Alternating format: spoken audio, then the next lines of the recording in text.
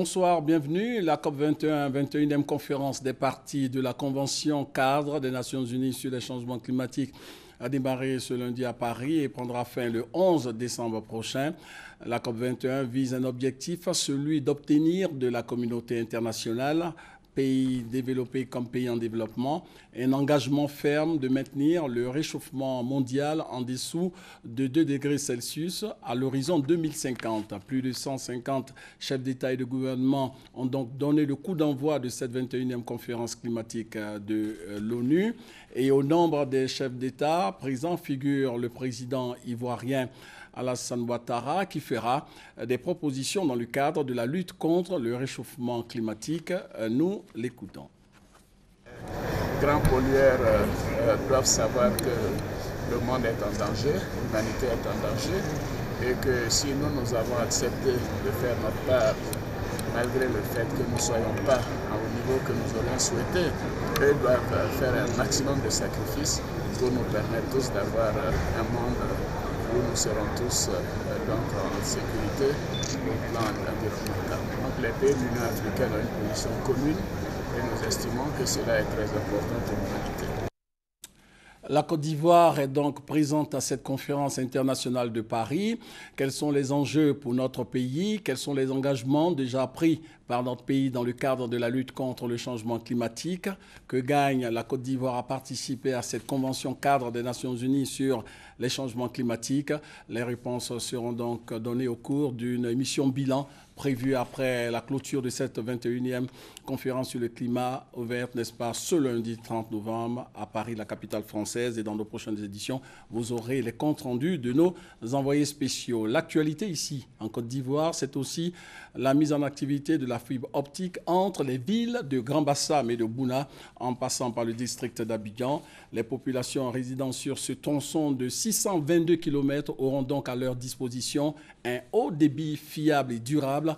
Elles auront également plus de connectivité et un meilleur accès aux technologies de l'information et de la communication.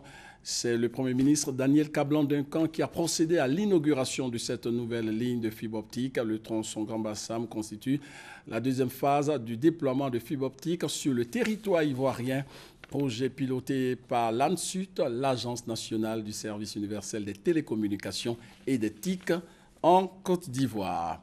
Élection présidentielle au Burkina Faso, 14 candidats à la conquête du fauteuil présidentiel. Les résultats sont attendus ce soir ou demain au plus tard.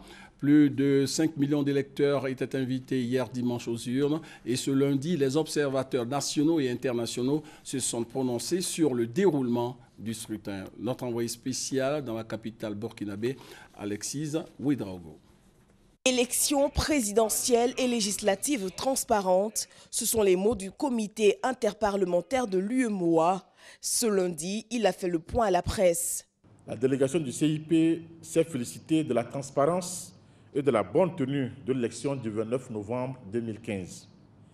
La délégation salue aussi la maturité de tous les acteurs impliqués dans l'organisation et le bon déroulement du scrutin. Elle apprécie à sa juste valeur l'élan patriotique qui a conduit les électeurs à accomplir leur devoir civique. Le comité a sillonné plus de 391 bureaux de vote. S'il salue la bonne tenue du scrutin, il relève toutefois des faiblesses à corriger. L'ouverture tardive des bureaux de vote à cause de l'arrivée tardive du matériel électoral. Certains électeurs, munis de leur carte d'électeur, ne retrouvaient pas leur nom sur les listes. L'inexistence de mouchoirs et d'encre indélébile dans certains bureaux de vote.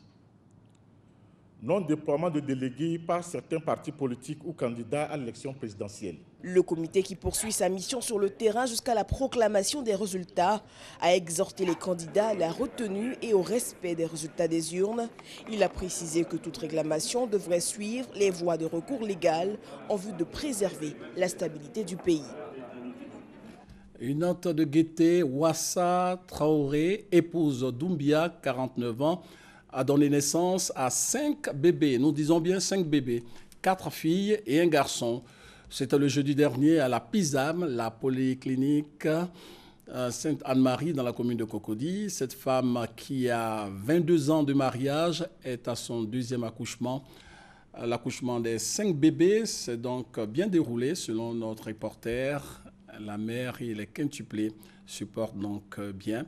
Fin de ce flash, on se retrouve avec beaucoup de plaisir à 20 h pour le point complet de l'actualité nationale et internationale.